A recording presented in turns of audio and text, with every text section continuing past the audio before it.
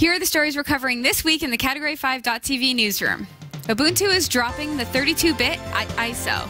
Unfortunately, some people still use Internet Explorer, and yet another serious exploit has been found. Dyson plans to release a radical electric car in 2020, and Equifax doesn't seem to have a grasp on security. These stories are coming right up. Don't go anywhere.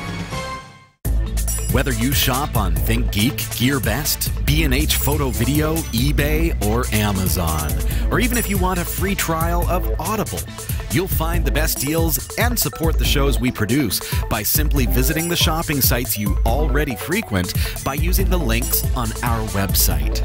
Visit category5.tv/partners for the full and ever-growing list and help us create more free content like this show. Thank you for shopping with our partners, and thank you for watching. This is the Category 5.tv newsroom, covering the week's top tech stories with a slight Linux bias.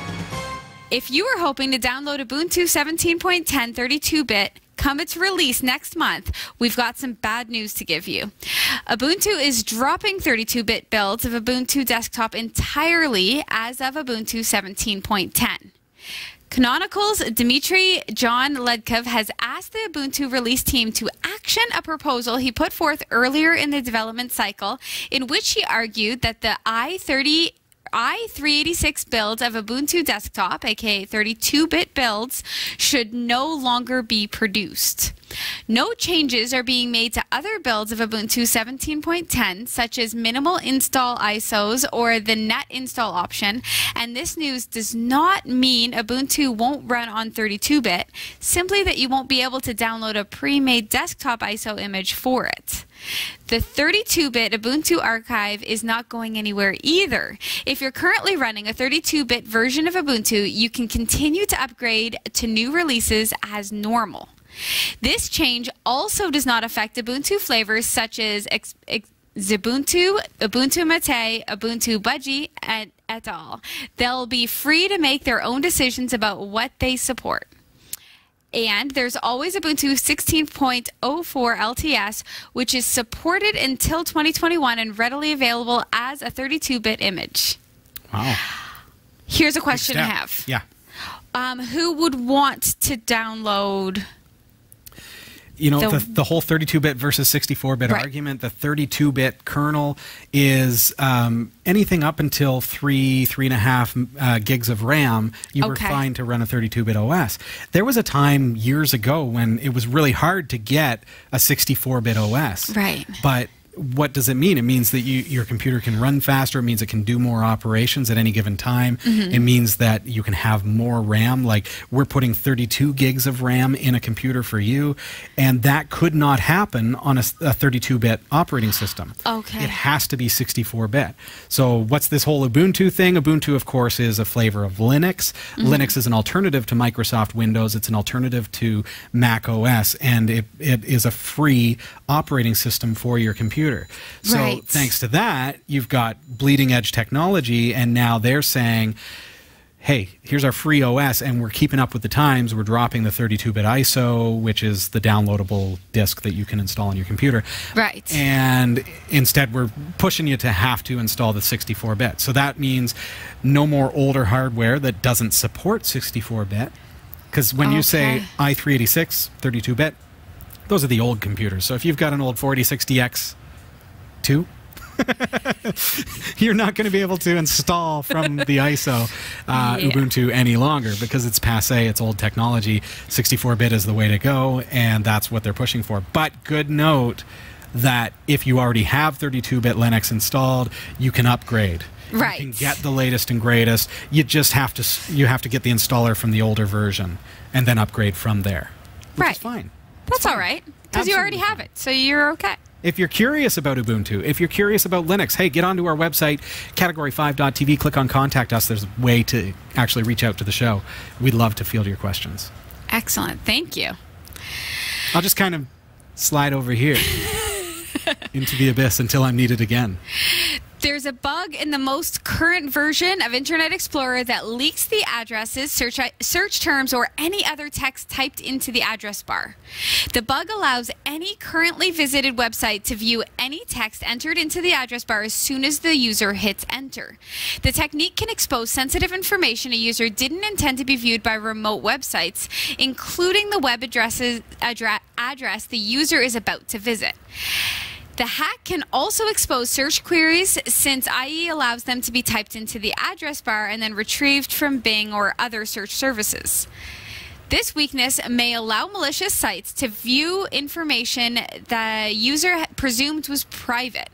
People should strongly consider using Google Chrome, Mozilla Firefox, or another non-IE browser.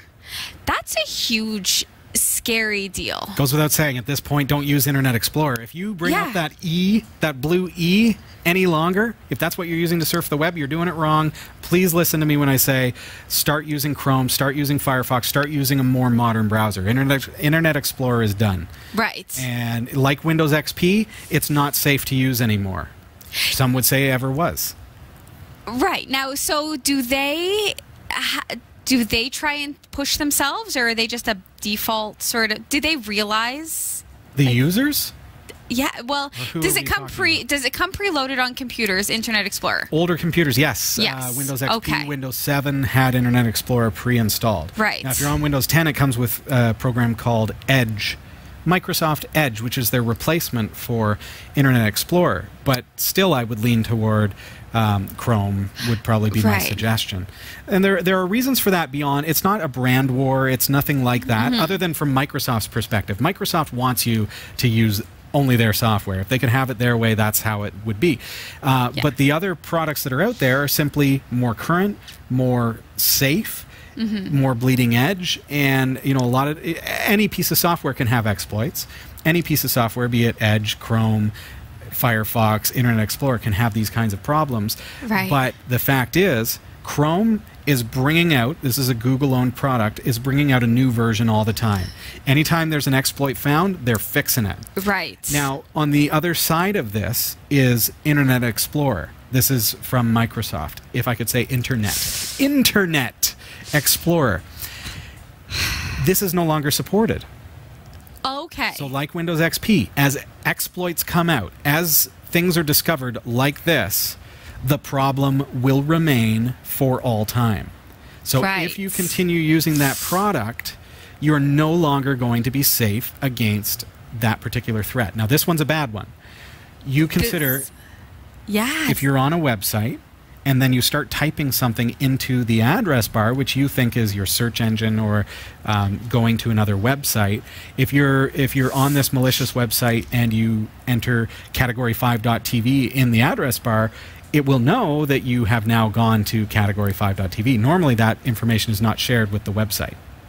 Right. Which can be an issue if you're doing things like a private search. I don't know really what you could do in your address bar that would be uber private. I mean, oh, I went to Facebook. Oh, I went to Google. But still, you want to know. Yeah, you want to know that your stuff is secure, and it's not when you're using Internet Explorer. That's absolutely just this particular exploit too, because now we think about exploited websites are vulnerable to collecting this data. Right. And so you think, well, who would do that? Why would I be on a website that is malicious? Right. I don't go to those kinds of websites, you might say. The fact is, here's how hackers do it, how phishers do it, and these kinds of things. They buy ad space. Right. You might be on Yahoo. You might be on Facebook, and you are being served ads. Right. And these people who are selling advertisements may not catch that the particular advertisement that they are hosting is malicious. I saw one on Yahoo that was installing malware directly on people's computers because it was an infected Flash object that was installing this malware on Internet Explorer-driven computers. So this kind of stuff happens. Hackers know that, hey, I may not be able to get you to come to my website, but I can put my code on a particular popular website that I know you're going to frequent. Right. It's scary stuff. Can be. Well, so Don't use Explorer. That's what it all boils In a down nutshell. to. Yeah. Switch to Chrome, switch to Firefox, anything but IE. Right. Internet Explorer. I have a fun news story coming up. Yes. Ooh. So They're all fun. They're all fun. This one's less scary. Okay. Maybe. Phew. Oh. Less conspiracy theories moving forward. Yes. Dyson, the engineering company best known for its vacuum cleaners and fans, plans to spend £2 billion developing a radical electric car. The battery-powered vehicle is due to be launched in 2020. Dyson says 400 staff have been working on the secret project for the past 2 years at its headquarters in Wiltshire. However, the car does not yet exist, with no prototype built, and a factory site is yet to be chosen. Sir James declined to give further details of the project, with the only leaked information being an internal email where he simply states, "Competition for the new technology in the automotive industry is fierce, and we must do everything we can to keep the specifics of our vehicle confidential." Okay, this is why it's exciting to me. Okay. Because it's out of left field.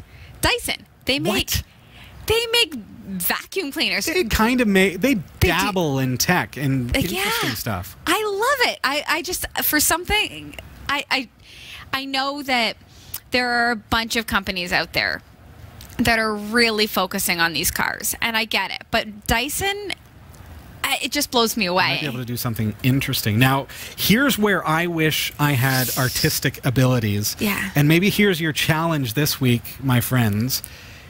Come up with a concept car that Dyson might create. I'm picturing probably powered by a tornado, possibly a black hole. They have that swivel ball thing. Something. It's going to be wild. I want to see your caricatures of this car. I love this idea. It's probably going to be the best-selling car of 2020. This is the strangest leak ever, though, when you think about it. We're bringing out a car, but not telling you anything about it. Well, also they don't have a prototype. They don't have anything. We've been working on it for 2 years. In our Let's mind. go back a little. We've been working on it for 2 years. We're not telling you anything about it. It's top secret, and we don't have anything. We don't have a location it's going to be built. Yeah, we don't have. But we know how much money we're going to spend on it. In other words, 2 years ago, they were sitting around having a glass of wine and said, we should do an electric car. You know, it would be crazy. We've been doing this for 2 years. Maybe it's a street sweeper. Weird. With the Dyson vac. Yeah, it'll clean the streets. Mind-boggling. Maybe it'll scrub the air. This is why they can't say anything, because iRobots are going to sue them for the idea. I love it. Roombas. That's what I'm thinking about. They'll sue anything that represents or resembles a Roomba. How great would it be cleaning the streets? The Dyson car. Nice. Okay. In failing to correctly patch a known vulnerability and exposing the personal data of potentially 143 million Americans to hackers, Equifax made a security blunder of epic proportions. However, it appears the company is just getting started.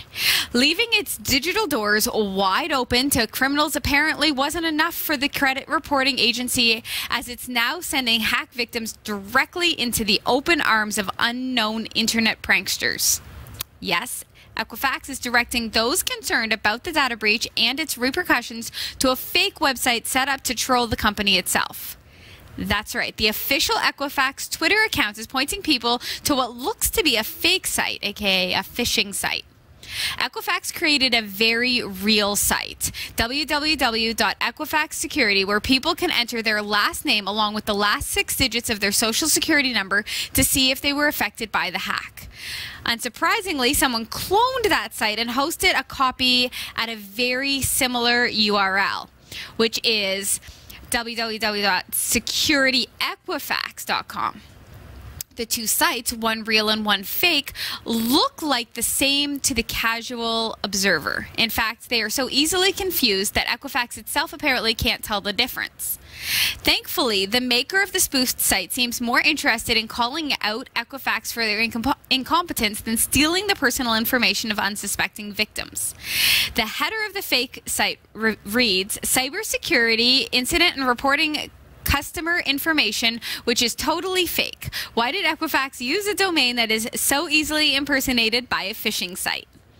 The spoof site goes on saying Equifax should have hosted this on Equifax.com with a reputable SSL certificate.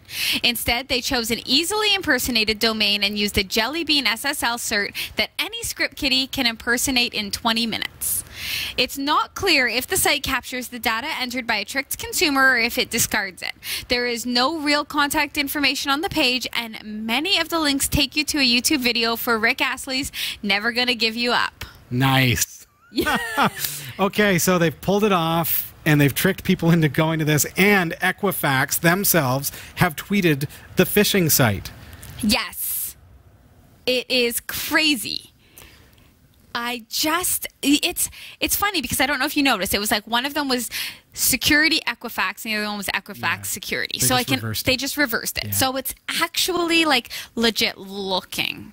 For the dyslexic, but they're right. Yeah. Oh, sure. But why would they ever register a domain like that? It's stupid. Right. Now, I did go back over Category 5 TV and made sure, and yes, we did give the correct address for you. But fact is, Equifax themselves gave the wrong one. Right. Hello. So thankfully, they caught on and stopped it. Right. But, and thankfully, the person who was responsible was just having a little bit of fun. Right. But, who knows what the next guy could be. Right, exactly. But that's all the time that we have. All Get right. your comments in. Exactly. Post them below. Big thanks this week to Roy W. Nash and our community of viewers for submitting stories to us this week. Thanks for watching the Category 5.tv newsroom. Don't forget to like and subscribe for all your tech news with a slight Linux bias. And for more free content, be sure to check out our website. From the Category 5.tv newsroom, I'm Sasha Rickman.